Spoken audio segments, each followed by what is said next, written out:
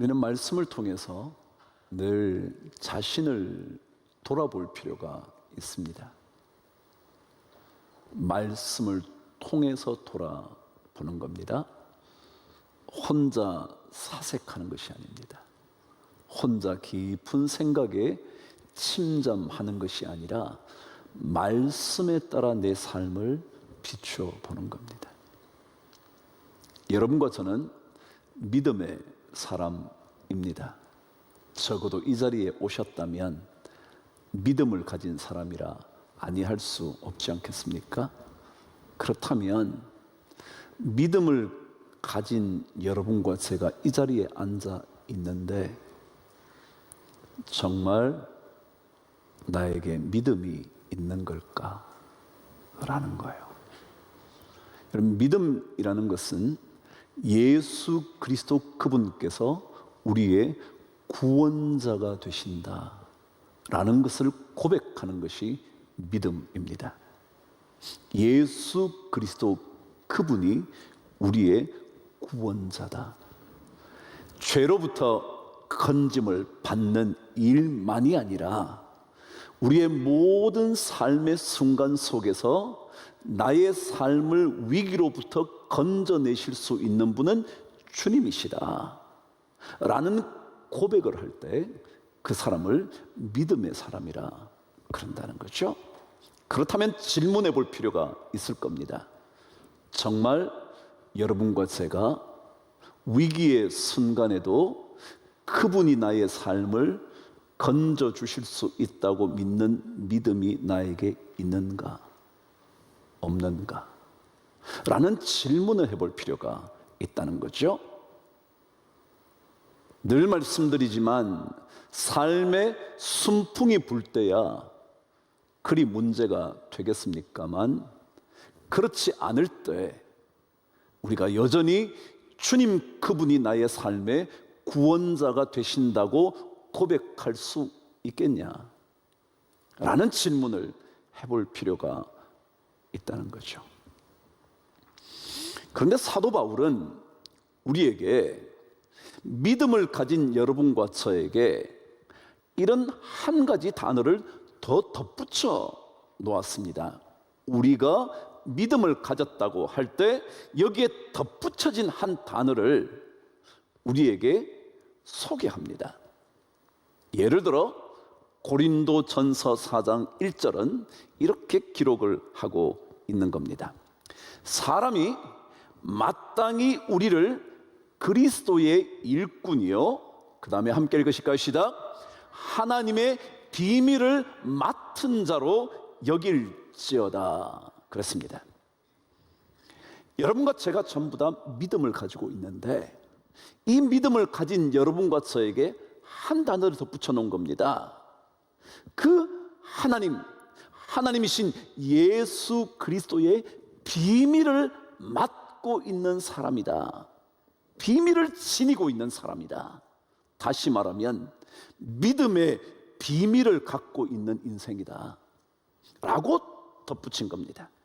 더더욱이 디모데전서 3장 9절에는 이렇게 말씀을 기록해뒀습니다. 거기에는 감독과 장로 집사들의 자격을 이야기하면서 집사들에 대한 이야기입니다. 물론 이것은 모든 그리스도인들에게 해당될 겁니다. 여러분이 주님을 섬기신다면 집사이지 않겠습니까?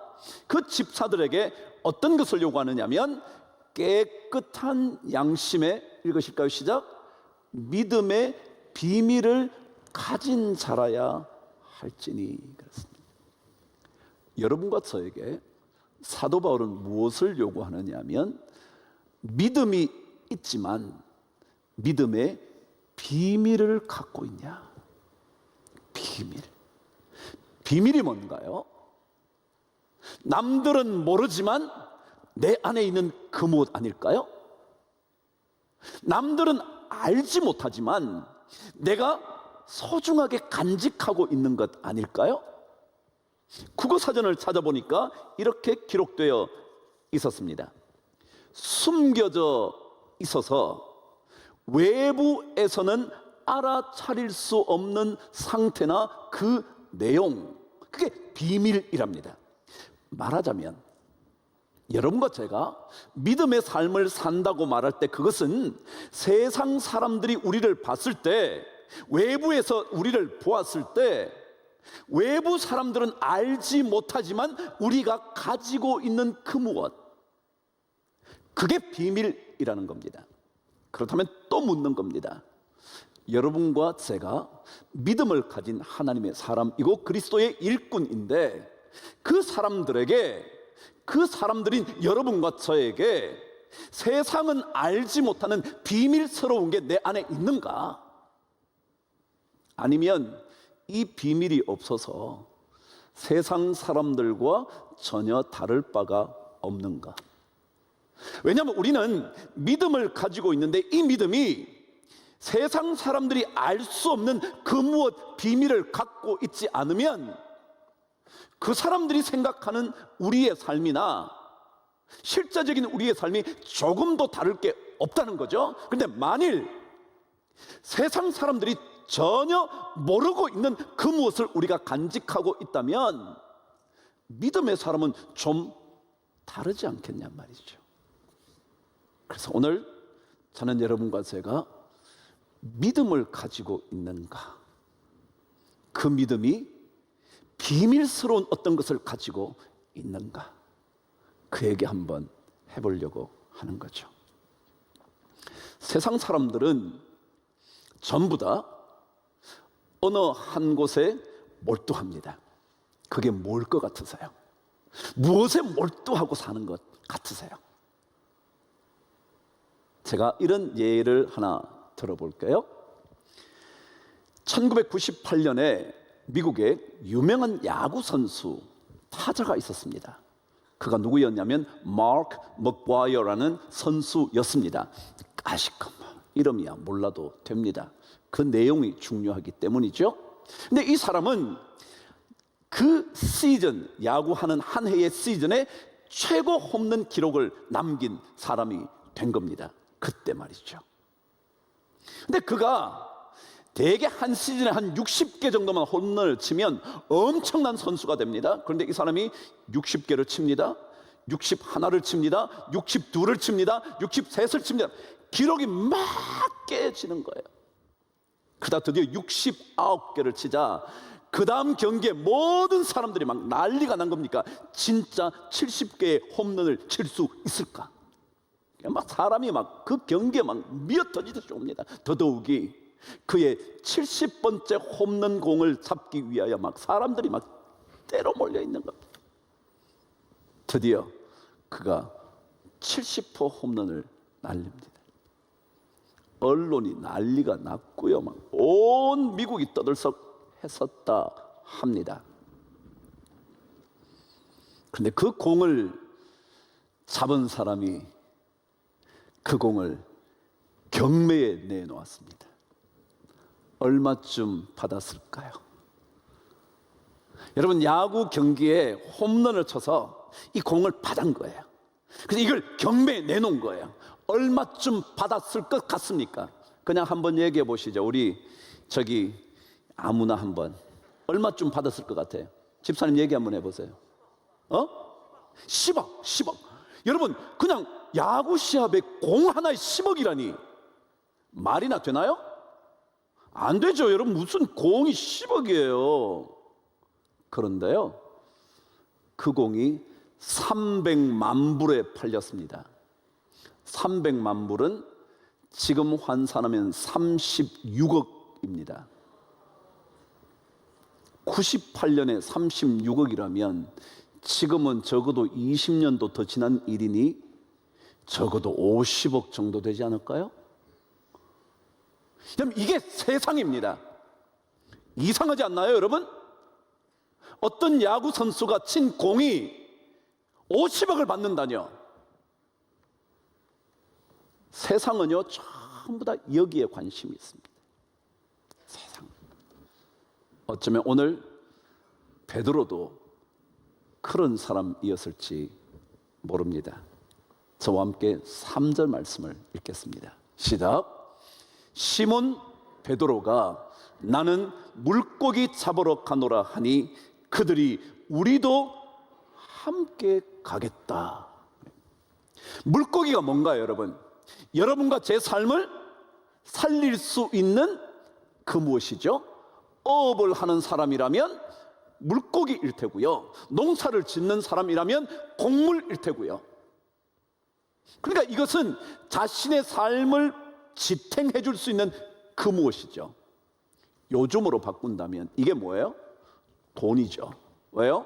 요즘 돈으로 다 하는 거 아닌가요? 여러분이 농사 짓나요? 여러분이 고기를 잡나요? 그렇지만 돈이 있으면 다 물고기도 얻을 수 있고 곡물도 얻을 수 있고 이것도 저것도 다 얻을 수 있죠. 돈이죠. 제가 또다시 묻는 겁니다. 여러분과 제가 믿음을 가지고 사는데 여전히 물고기 잡으려고 하는 것은 아닐까, 그런 겁니다. 여러분과 제가 믿음의 비밀을 가지고 산다고 말하는데 여전히 돈이라는 물고기를 잡는 인생으로 평생을 살려고 작정한 것은 아닌가. 예수는 믿지만 이 자리에 오시기는 하지만 여전히 돈이 나의 인생의 목적이 되어 그것 잡으려고 하고 있는 것은 아닌가. 예수라는 이름을 빙자해서 그것을 좀 더 잡아보려고 하는 것은 아닐까 질문해 보는 거죠. 제가 늘 말씀드리지만 돈 없이 아무도 살 수 없습니다. 그럼에도 불구하고 우리는 물고기를 잡으러 가는 인생이 아닙니다. 만일 물고기 잡으러 가는 인생이라면 우리는 믿음의 비밀을 가진 사람이 아닐 겁니다. 왜요? 세상 사람들이 보는 그것과 내가 살고 있는 삶이 전혀 다를 게 없기 때문에 그렇습니다.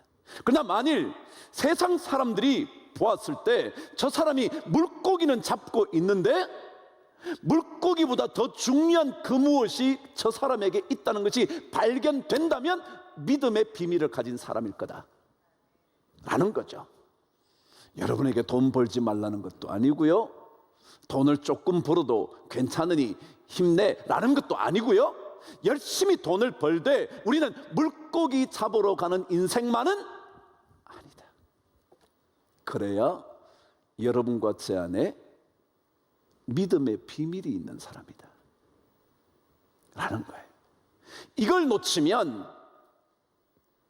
믿음을 가지고는 있지만 여전히 우리는 물고기 잡는 인생일 수밖에 없는, 그래서 믿음의 비밀은 갖지 않고 믿음만 갖고 있는, 그래서 세상 사람들이 볼 때 외부에는 알려져 있지 않는 그 무엇인가 그 내용물이 전혀 없는, 저는 예수 믿는 사람들이 열심히 일하고 땀 흘려 돈을 벌어야 된다고 생각하는 사람입니다. 특별히 남자이든 여자이든 자기의 직장, 일, 직책을 가지고 있는 분이라면 적어도 어떤 누구보다 더 정직하고 성실하게 땀을 흘려야 된다고 하는 사람입니다. 그러나 동시에 그럼에도 불구하고 믿음을 가진 사람은 믿음의 비밀을 가진 자로 여겨져야 하기 때문에 그 물고기만을 위하여 쫓아가는 인생은 안 된다. 물고기는 우리의 삶에 흔히 말하듯 도구일 뿐이지 우리의 절대적인 목표일 수가 없습니다.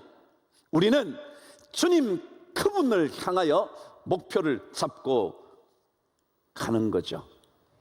저희 청년부 한 학생이 대학원 논문을 썼다며 저에게 줬습니다. 프랑스의 한 문학가를 연구한 논문이었습니다. 그 자매는 불문과 학생이었거든요. 그 논문 내용이 프랑스와 모리악이라는 사람의 연구였습니다. 저는 잘 모릅니다. 1952년에 노벨 문학상을 받았다니 제가 태어나기도 전이었으니 뭘 알겠습니까? 근데 그 연구를 해서 논문을 썼더라고요. 자, 좀 읽기 시작을 했죠. 읽기 시작했는데 거기에 노벨 문학상을 받았던 그가 그의 수상 소감에서 했던 이야기 한 자락이 적혀져 있었습니다. 제가 조금 풀어서 제가 전달해 보겠습니다.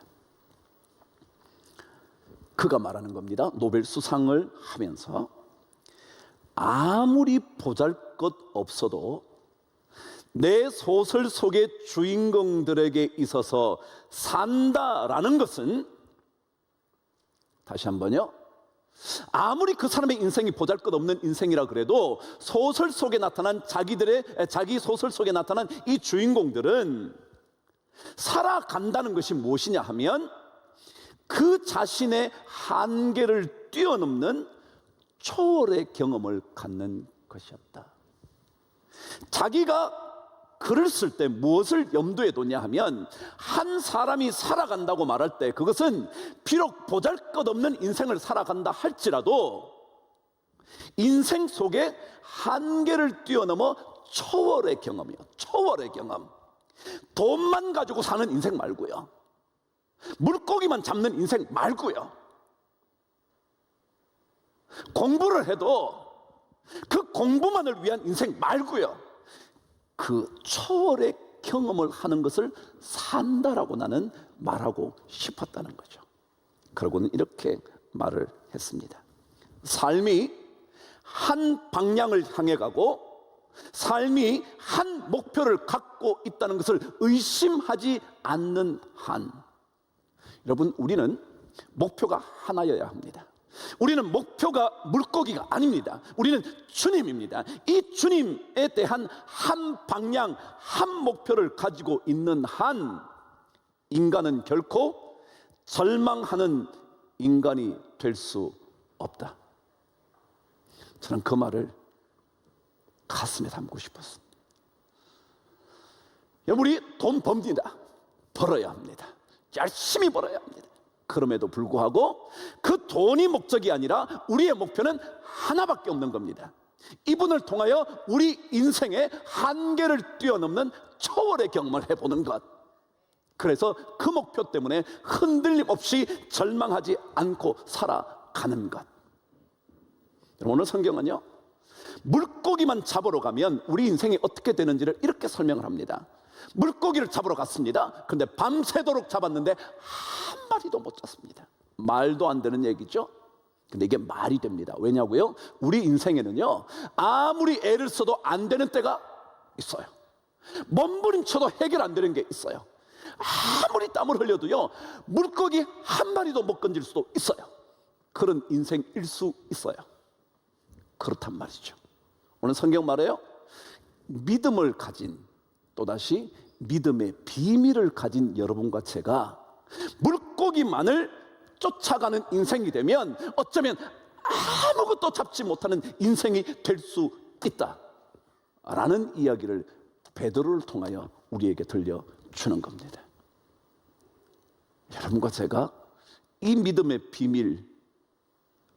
비밀이신 예수 그리스도, 그분 없이 물고기만 잡는 인생으로 살아간다면 반드시 아무것도 못 잡.